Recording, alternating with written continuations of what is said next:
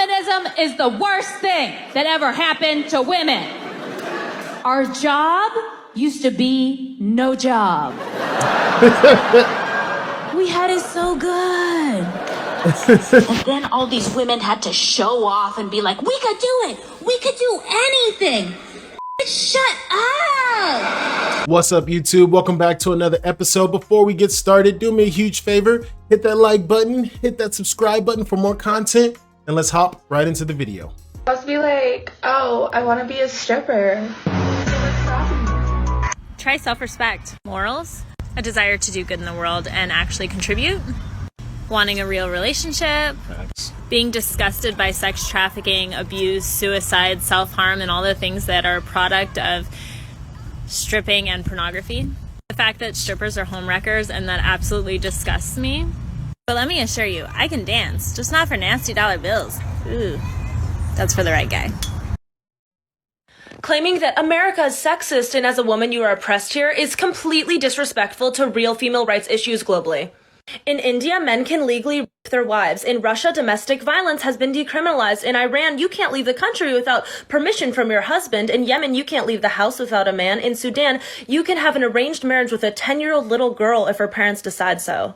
Not to mention the countries that have very weak or just no laws prohibiting sex trafficking, which women are predominantly the victims of. Yes, I'm a woman in America. I am not oppressed. When I was younger, my mother did a lot of traveling for work. And part of that was going to foreign countries that she's never been to before. She would come home with lots of stories that just blew my mind.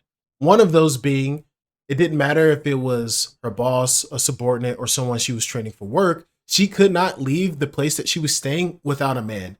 Title and rank was irrelevant. A woman in that country that she was in could not be or could not go somewhere without being accompanied by a man. That's oppression. Here in the United States, I can't think of one liberty and right that a man has that a woman doesn't. So what exactly are they fighting for? You need to leave.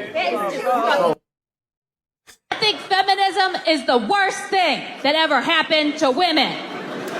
Our job used to be no job. We had it so good. And then all these women had to show off and be like, we could do it. We could do anything. Shut up. Oh, if true. this whole gender pay gap inequality thing is real, like if companies can really get away with paying women less than men for the same job, yielding the same results, why on earth would any company ever hire a man? Think about it. If that were true, they could just hire women and they would save a ton of money. Even if you dig deeper, you will realize that the gender pay gap literally isn't real. Men, when they do go to college, which is the minority these days, they go into STEM fields. I believe, giving them all the credit in the world, let's say 80% of STEM degrees come from men, while the other 20% are women. These are typically the higher paying jobs, and it has more long lasting job opportunities and more evergreen.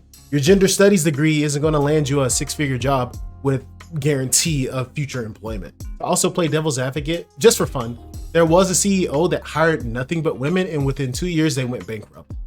Simple fact is, men have better business sense. It is what it is. Not to say that a woman can't be exceptional in her craft, but on balance of probabilities, men are better at making rational decisions. Thus, they go out and make better decisions when it comes to career paths. They work longer hours and they commit more to the work that they're doing. That's why men as a conglomerate whole makes more money. But the gender pay gap does not exist. There are so many different variables that goes into it. I don't understand for the life of me. I don't understand for the life of me why we are telling women that their best and greatest superpower, creating another human from their own body, is less important than working as an associate law clerk. Working 2,100 billable hours, checking footnotes, is somehow more important than raising the next generation of human beings that you made with your own body and then bringing them up. Now, some people may choose that. Fine, again, for the 1,000th time, that's fine, do what you want, it's a free country. But if you're going to indoctrinate women to believe that happiness comes from working as an accountant, but not from spending more time with your children, there's not a single person who on their deathbed said, I wish I had done one more doc with you. Not one. Make a scene. I don't cook, I don't clean, but let me.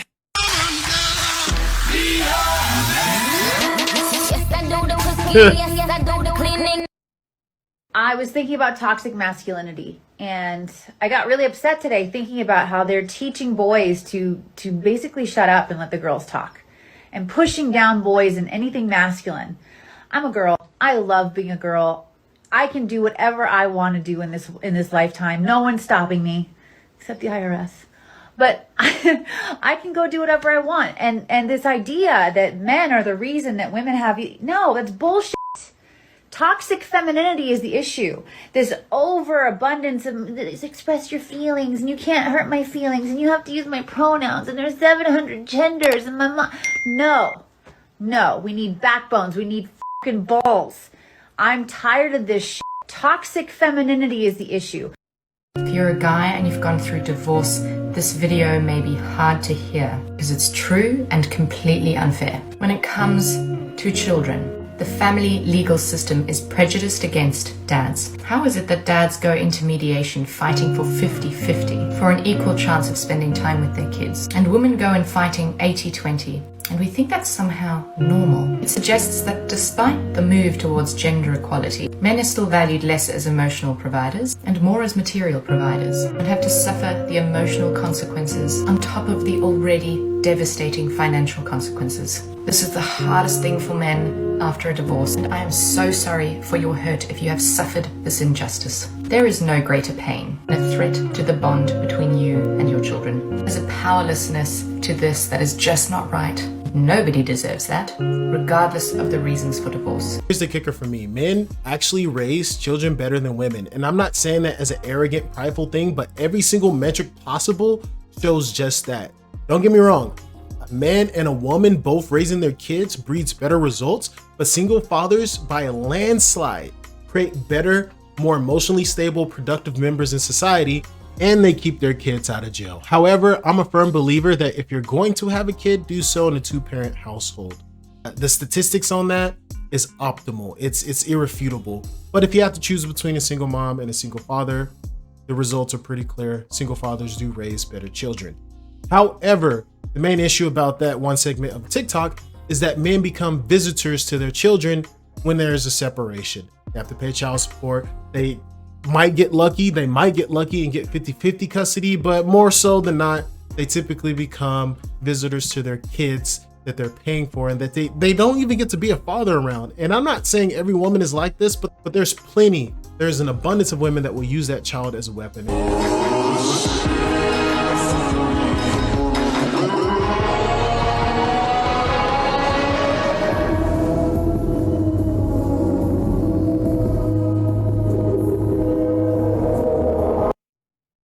So I'm pretty sure we've all heard about Demi Lovato coming out as non-binary and changing her pronouns to they, them, but there's something that nobody's talking about.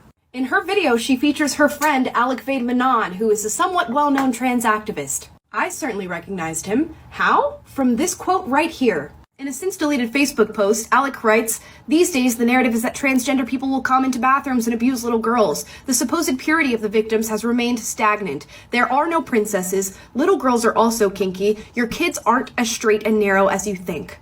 This is who Demi Lovato has chosen to associate herself with. It is perverse and disgusting, and there is no room in this world for public language like that.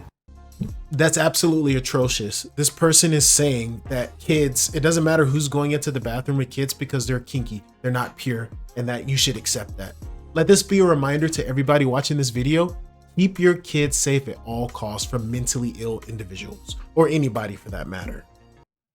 The shade's right. Let's talk about abortion. Sorry, tell me how this works. Bacteria is life on Mars, but a heartbeat isn't life on Earth. Weird. You are putting gun laws on law-abiding citizens. You are making law-abiding citizens defenseless.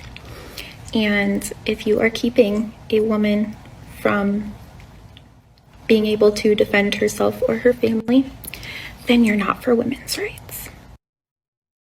This is the perfect example of liberal logic. We want all minorities to have equal rights. Why aren't you guys fighting for them? Okay, the second a minority supports the right, hate comments, left and right. This is actually tame compared to some of the comments I get, but I thought this one was funny because, plot twist, I'm part white.